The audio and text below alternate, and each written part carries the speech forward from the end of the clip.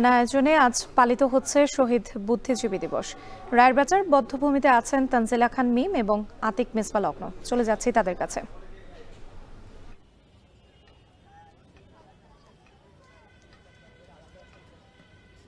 এ পৃথিবী অবাক তাকিয়ে রয়, জ্বলে পুড়ে মরে ছারখার, তবু মাথা নোয়াবার নয়। একটি জাতিকে মাথা নোয়াবার জন্য অনেক চেষ্টা করা হয়েছে।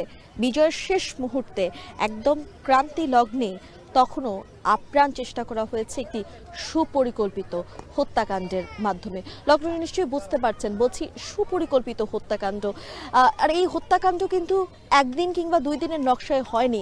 এই হত্যাকাণ্ডের নকশা করা হয়েছিল মুক্তিযুদ্ধ শুরুর একদম প্রাক্কালেই। হয়তো তারও আগে করা হয়েছিল কিনা তা তো আমরা জানি না, তবে তার নিশানা কিন্তু আমরা সেই 25 মার্চ থেকেই দেখতে পেরেছি।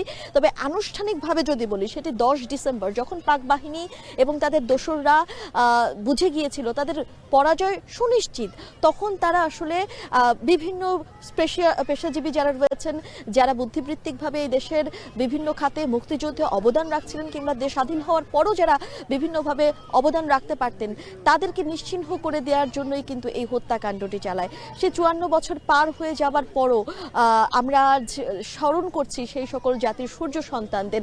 আমরা সকাল থেকেই কিন্তু এখানে অসংখ্য মানুষ এই বেদিতে আসতে দেখেছি।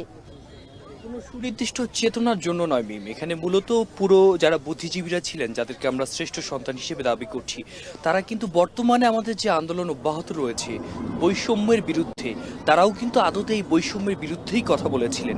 তারা কিন্তু একটা দেশকে বিনির্মাণের জন্য যে ধরনের পদক্ষেপগুলো নেওয়া উচিত, যে ধরনের পাথেয় বা পথ চলার যে বিষয় রয়েছে, প্রত্যেকটা বিষয়কে কিন্তু তারা ধারণ করেই কিন্তু একটা দেশ গঠনের স্বপ্ন দেখেছিলেন। এই যে বলেন পৃথিবী অবাক হয়ে তাকিয়ে রবে, এই অবাক হয়ে যে বিস্ময়ে তাকিয়ে রবে, সেই বিস্ময়ের নেপথ্যেই ছিল কিন্তু জাতির শ্রেষ্ঠ সন্তানরা, যাদের জন্যই মূলত যাদেরকে স্মরণ করি আজকের এই আয়োজন। একদম শুরুর থেকে যদি বলি বাংলাদেশের ইতিহাসে, তাহলে শুরুটা কিন্তু তাদের মাধ্যমেই হয়েছিল। আমরা বলছিলাম আসলে সেই তালিকায় জহির রায়হান রয়েছে, সেই তালিকায় অনেকেই রয়েছে কিন্তু, এবং একই সঙ্গে বিভিন্ন পেশার মানুষ রয়েছে, সাংবাদিক থেকে শুরু করে সংস্কৃতি কর্মী, চিকিৎসক, শিক্ষক। সেই তালিকা জাতীয় কিংবা আন্তর্জাতিকভাবে বিভিন্নভাবে পরিসংখ্যান হয়েছে, বিভিন্নবার পরিসংখ্যান হয়েছে। 1000-এরও অধিক কিন্তু সেই তালিকা বারবার যুক্ত হয়েছে। আমাদের শিল্প, সাহিত্য, সংস্কৃতি, নির্মাণ ধারা সকল ক্ষেত্রেই কিন্তু সবাই গুরুত্বপূর্ণ স্টক হোল্ডার হিসেবে ছিলেন।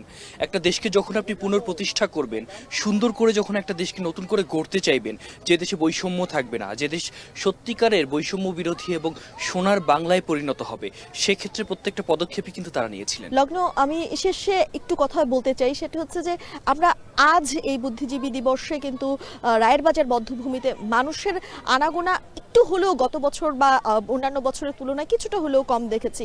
সেটার বিভিন্ন কারণ থাকতে পারে, তবে আমরা দেখেছি কিন্তু সাধারণ মানুষের উপস্থিতি অনেকটা কম ছিল এবারে রায়েরবাজারের বধ্যভূমিতে। এই ছিল এখন পর্যন্ত আমাদের কাছে এই রায়েরবাজার বধ্যভূমি থেকে সর্বশেষ রাত্রি। আরএফএল ওয়াটার পাম্পের অটো